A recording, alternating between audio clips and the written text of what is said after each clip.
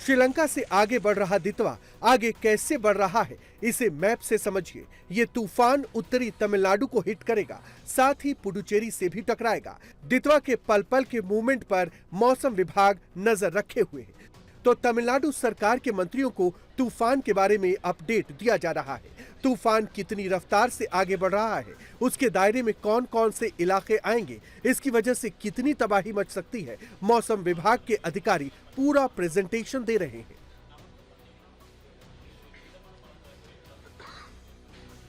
तमिलनाडु पर दितवा का किस कदर कहर टूटने वाला है, इसका असर अभी से दिखने लगा है। तटीय तमिलनाडु और पुडुचेरी में भारी बारिश हो रही है।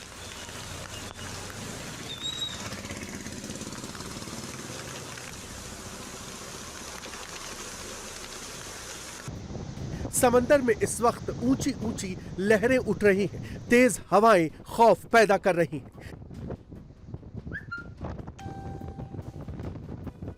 दितवा से खौफ की एक और वजह है, दितवा ने श्रीलंका में ऐसी तबाही मचाई है कि पूरा श्रीलंका कांप उठा है।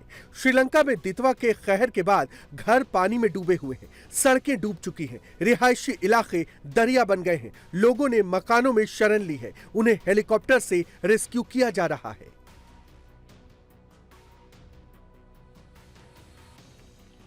दितवा ने 4 दिन तक श्रीलंका में ऐसी तबाही मचाई कि सारे रिकॉर्ड्स टूट गए। भारी बारिश के कारण जगह जगह लैंडस्लाइड हुआ है।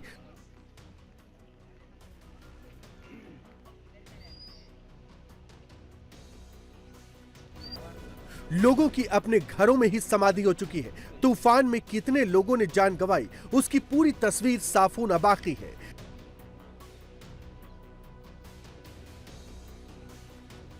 लेकिन अभी तक 153 लोगों की मौत की पुष्टि की जा चुकी है। 191 लोग लापता हैं। पूरे श्रीलंका में इमरजेंसी घोषित की जा चुकी है।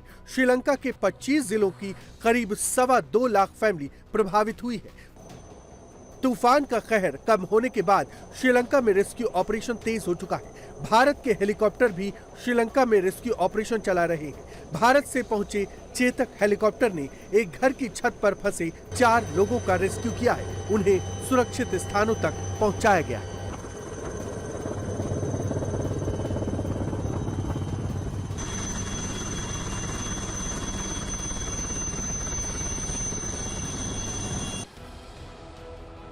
श्रीलंका में मदद के लिए भारत ने ऑपरेशन सागर बंधु शुरू किया है। इस ऑपरेशन के तहत भारत ने अपने युद्ध वाहक पोत आईएनएस विक्रांत को श्रीलंका भेज दिया है।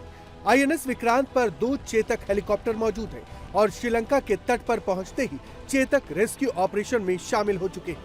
श्रीलंका मुश्किल में है। भारत पड़ोसी और श्रीलंका से अच्छे संबंध होने का पूरा फर्ज अदा कर चुका है। भारतीय वायुसेना ने अपने 2 विमान C-130 और IL-76 को भी श्रीलंका भेज दिया है।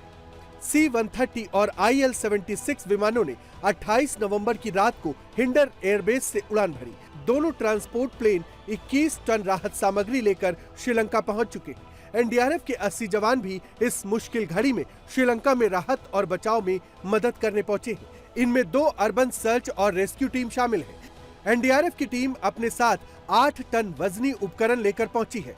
यही नहीं, श्रीलंका की मदद करने में इंडियन नेवी भी आगे आई है। इंडियन नेवी के फ्रंटलाइन शिप आईएनएस उदयगिरी से भी श्रीलंका में राहत सामग्री भेजी गई है। भारत ने पड़ोसी होने का अपना धर्म निभाया है, लेकिन श्रीलंका में आपदा इतनी बड़ी है कि वहां की सरकार खुद को असहाय महसूस कर रही है। दितवा तूफान ने 4 दिन तक ऐसा कहर बरपाया है कि पूरे श्रीलंका में जल प्रलय जैसा मंजर नजर आ रहा है। जहां तक नजरें जाएंगी, इलाके पूरे के पूरे डूबे नजर आ रहे हैं। अब इस हाईवे को देखिए। हाईवे का एक छोर पानी में पूरी तरह से डूब चुका है। लोग हाईवे पर फंसे हैं तो जान बचाने के लिए अपने घरों की छतों पर शरण ली। तूफान का कहर कम होने के बाद ऐसे लोगों को एयरलिफ्ट किया जा रहा है, उन्हें सुरक्षित जगहों तक पहुंचाया जा रहा है।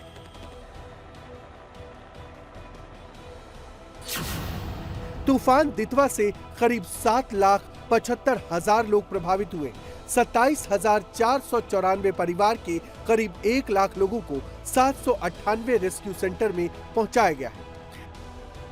सबसे ज्यादा तबाही राजधानी कोलंबो से करीब 300 किलोमीटर पूर्व बदुल्ला और नुआरा एरिया के पहाड़ी इलाकों में हुई है।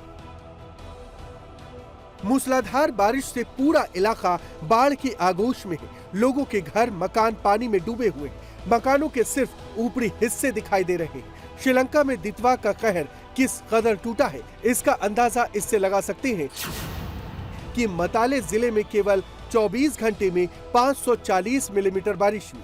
10 दिनों के दौरान यहां पर 1000 मिलीमीटर बारिश हुई है। श्रीलंका की लगभग सभी नदियां उफान पर हैं, तो डैम भी ओवरफ्लो हो रहे हैं। डैम से पानी छोड़ा जा रहा है। नदियों और डैम के किनारे रहने वाले लोगों को सुरक्षित जगहों पर जाने को कहा गया है। तूफान के कारण श्रीलंका में भीषण बिजली संकट भी पैदा हो गया है। बारिश का पानी बिजली घरों में घुस चुका है। श्रीलंका के 2 बड़े हाइड्रो पावर स्टेशन कोतमाले और रणतांबे को बंद किया जा चुका है। पिछले शुक्रवार से श्रीलंका की 35% आबादी अंधेरे में डूबी है। यहाँ पर बिजली की सप्लाई ठप है। तूफान ने श्रीलंका के रेल नेटवर्क पर भी कहर बरपाया है। जगह जगह रेल की पटरियां बह चुकी हैं। पूरे श्रीलंका में लंबी दूरी की एक्सप्रेस और इंटरसिटी ट्रेन को रद्द कर दिया गया है। केवल पश्चिमी प्रांत में अभी तक रेल सेवा चालू हो सकी है। जैसे जैसे रेस्क्यू टीम बाढ़ प्रभावित इलाकों में पहुंच रही है, तबाही की तस्वीरें सामने आ रही है।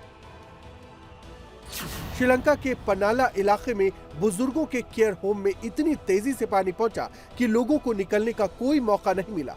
25 लोग पानी की तेज धार में बह गए। इसी तरह श्रीलंका के कालाओया इलाके में एक बस सैलाब की चपेट में आ गई। इस बस में 68 लोग सवार थे, लेकिन इन लोगों को श्रीलंका सेना ने समय रहते बचा लिया। श्रीलंका से तूफान दितवा आगे भारत की तरफ बढ़ चुका है, लेकिन वो यहाँ इतनी तबाही मचा गया है कि श्रीलंका को इससे उबरने में लंबा वक्त लगेगा। तूफान दितवा अभी पुडुचेरी से 160 किलोमीटर और चेन्नई से करीब 200 किलोमीटर दूर है। इसका सबसे अधिक उत्तरी तमिलनाडु और पुडुचेरी में कहर देखने को मिलेगा। 80 से 100 किलोमीटर की रफ्तार से हवाएं चलेंगी। तूफान के कारण पूरे तमिलनाडु, पुडुचेरी और आंध्र प्रदेश में अगले 24 घंटे तक भारी बारिश होगी। दितवा की लैंडिंग से पहले ही तमिलनाडु से लेकर पुडुचेरी तक भारी बारिश हो रही है। खासकर कावेरी बेल्ट के जिलों रामानाथपुरम और नागपट्टम में बुरा हाल है। रामेश्वरम में भी जोरदार बारिश हो रही है। तूफान से निपटने की पूरी तैयारी की जा रही है।